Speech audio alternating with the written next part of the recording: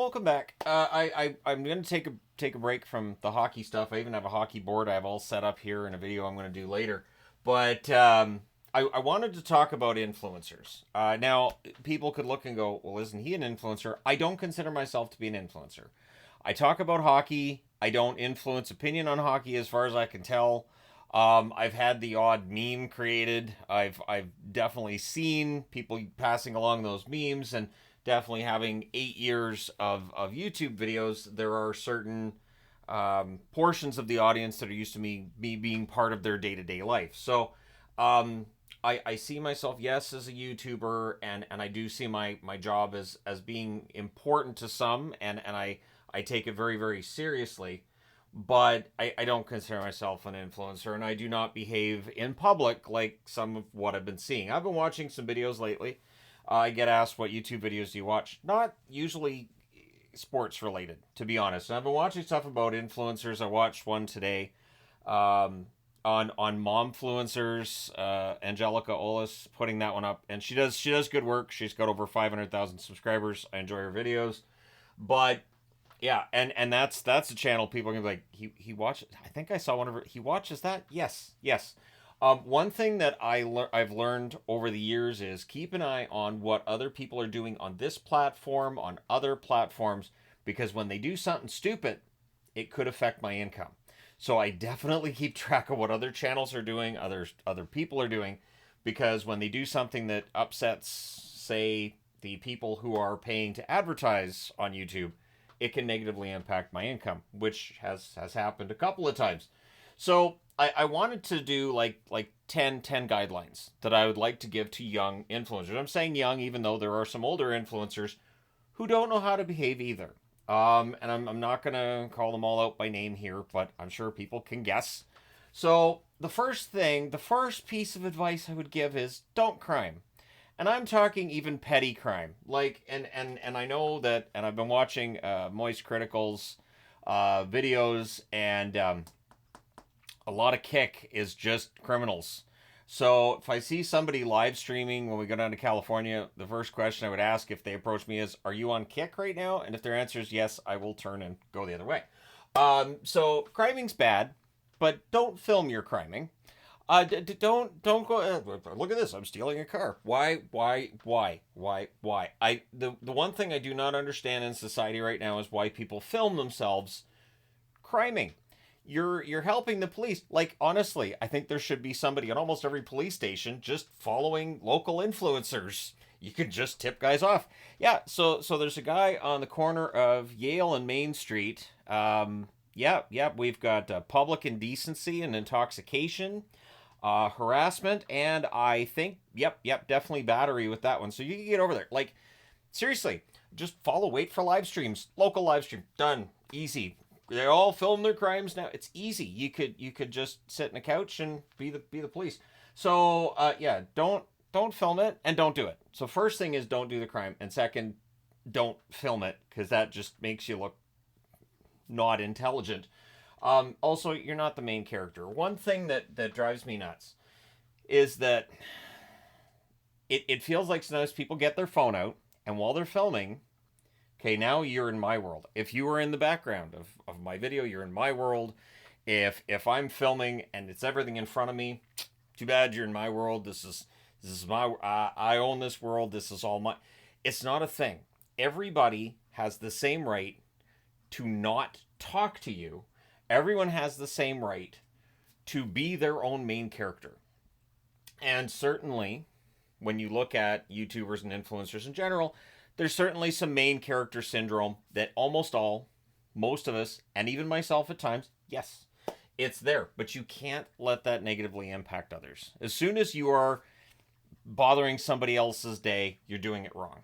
So, for instance, in a month, we're going to Disneyland, thus the Oswald shirt here. But when we go to Disneyland, it's not like I run around going, hey, does anybody watch my stuff? Hey, you know who I am? Like, so, and we'll get down to that. But like, while I intend to do live streams because now we have unlimited data in the US as well as Canada, which, hey, it only took Canada 800 years, it seems, to get there. But I'm not going to be filming and be like, okay, so everybody who's in my field of vision, I have the right to do whatever I want. I'm going to be careful about what I'm doing when I'm filming, and I'm not going to be obnoxious about it. In fact, live streaming, I might be very quiet.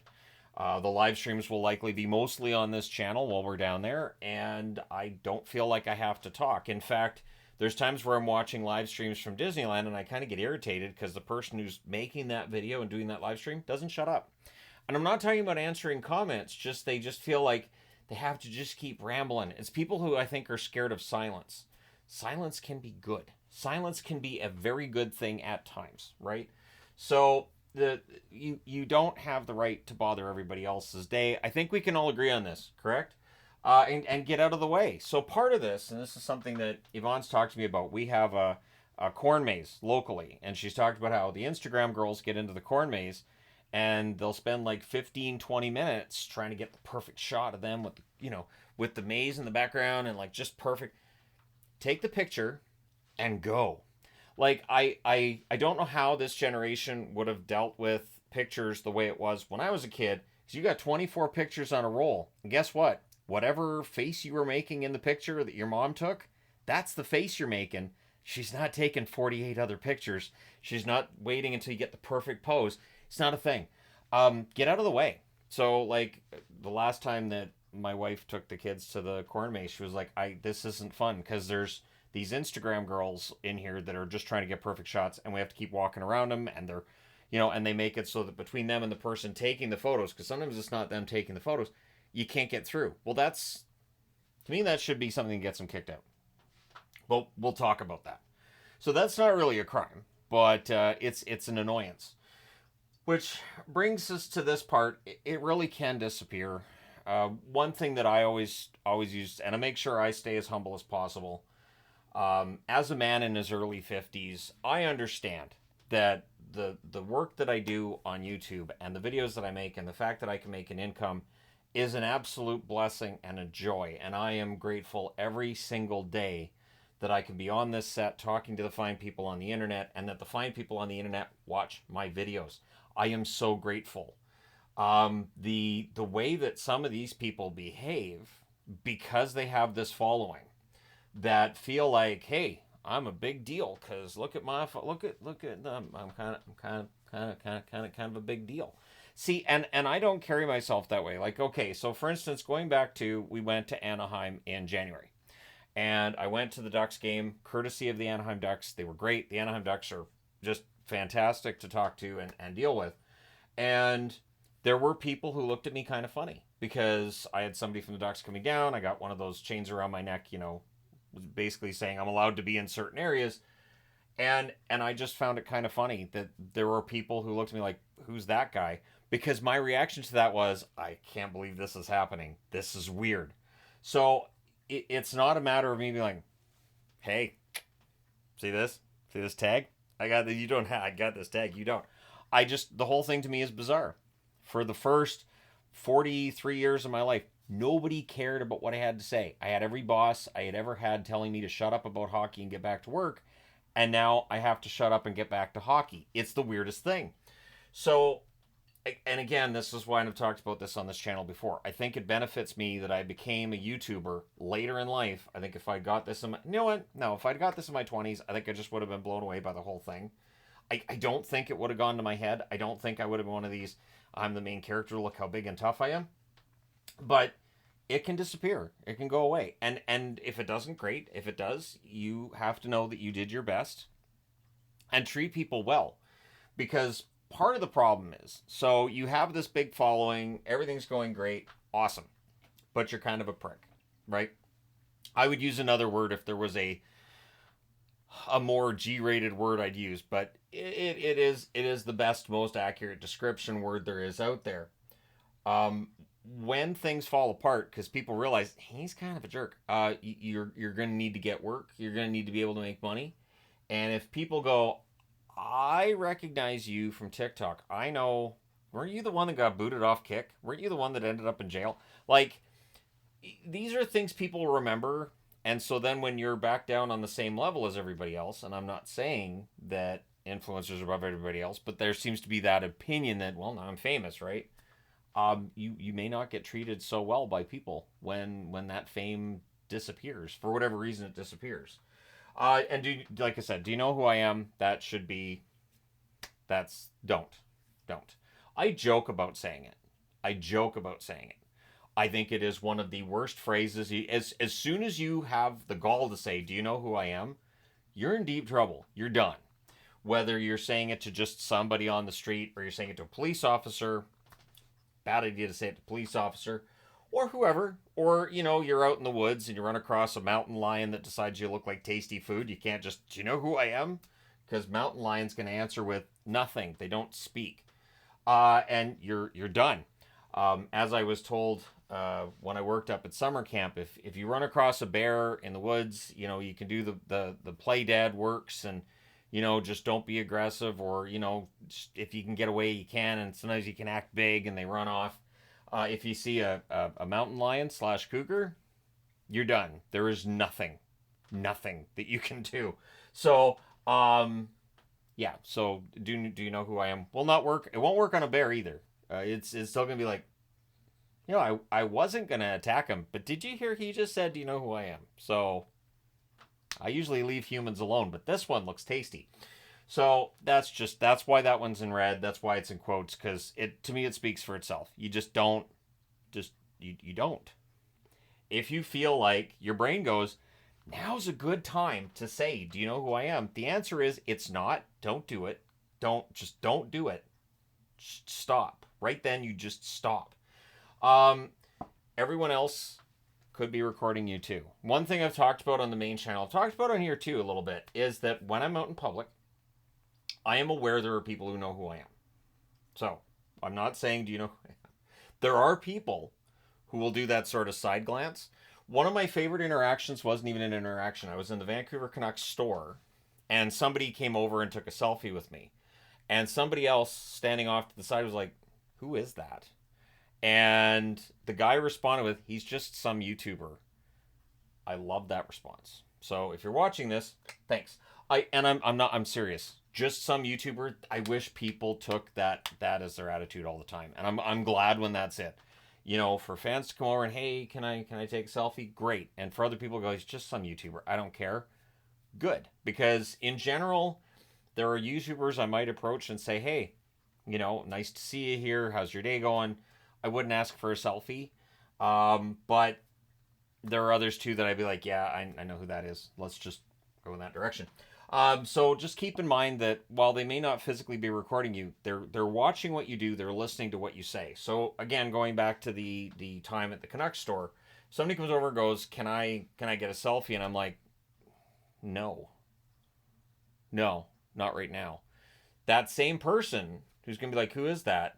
Now the answer isn't just going to be some YouTuber. It's going to be, well, he's an entitled jerk. And they'd be right. So that's why when people see me, if they want to come over, get a picture taken, it's less unnerving for people to just come over and walk up to me and go, hey, can I get a picture? Rather than just, that could be unnerving because I have no idea. Why they're like, what are you? You may not know what's wrong. Do I have something on my face? What's wrong with my face? Why do you look so alarmed? So I think it's just common courtesy to, and this goes back to don't crime and don't criming. Also, just being a decent person, and just remember that if you're going to make an off-color joke that might come across as really, really bad to people, and they might know who you are, don't. Just don't. Is my advice. Queue jumping. So again, getting back to live streaming, there's people that do this, and I don't understand it. And I know I've seen this on the Disney ones too, with like, oh, let's go check out over here, and I'm like, they're not supposed to be right where they are. Now sometimes it's they jump the queue, and sometimes it's I'm gonna go look over there, and I'm like, you shouldn't be over there.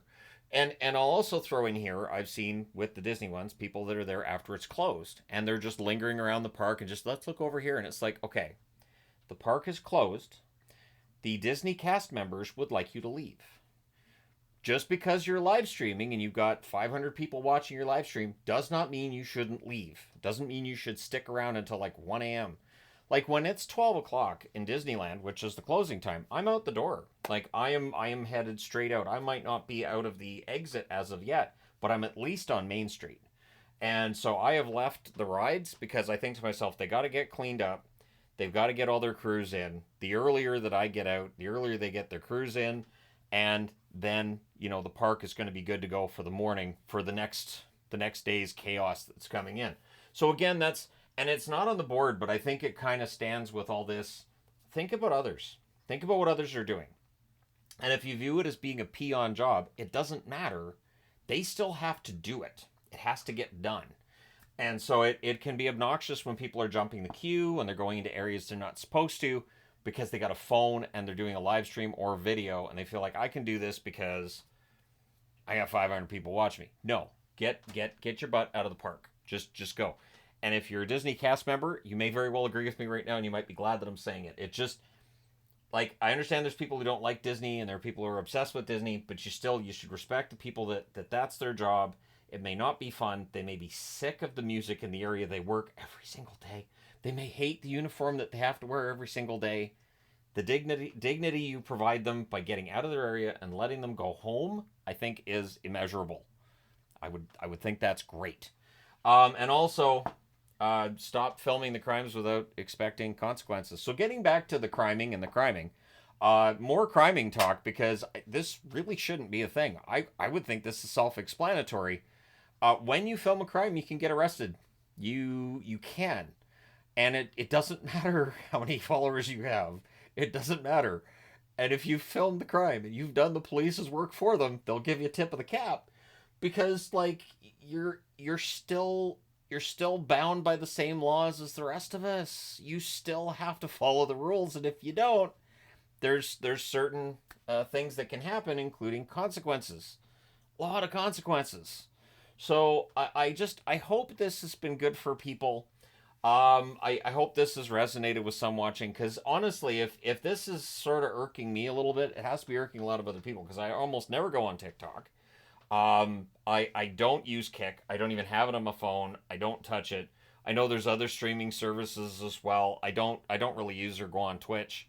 But the people that just feel like, hey, I just did this, and then the police show up and they're like, what?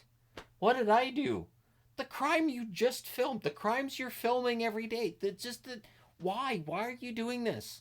Why? Like, and if it's, well, they do it for clout.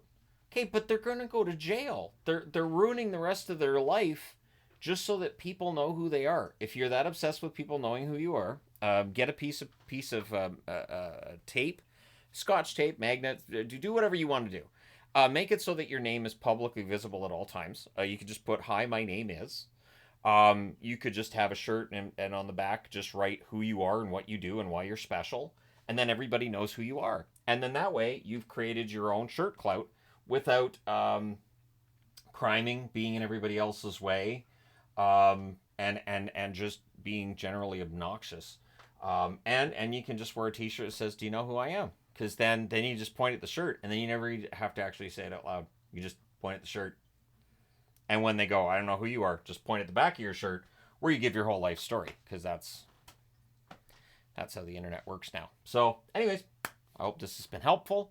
This is just my outline, just my 10 things. If you have something else that you would like to add to this when it comes to the whole influencer discussion, by all means, do so in the comment section below. As always, don't forget to hit like and subscribe. That LA Kings is that LA Kings is askew again. I keep fixing it, and then I grab a jersey and it's askew again.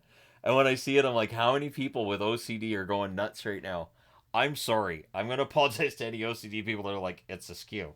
Why hasn't he changed the Kings one in a while? I don't know. Anyways, there you go. Thank you guys so much for all your support. Hit like and subscribe if you haven't done so already.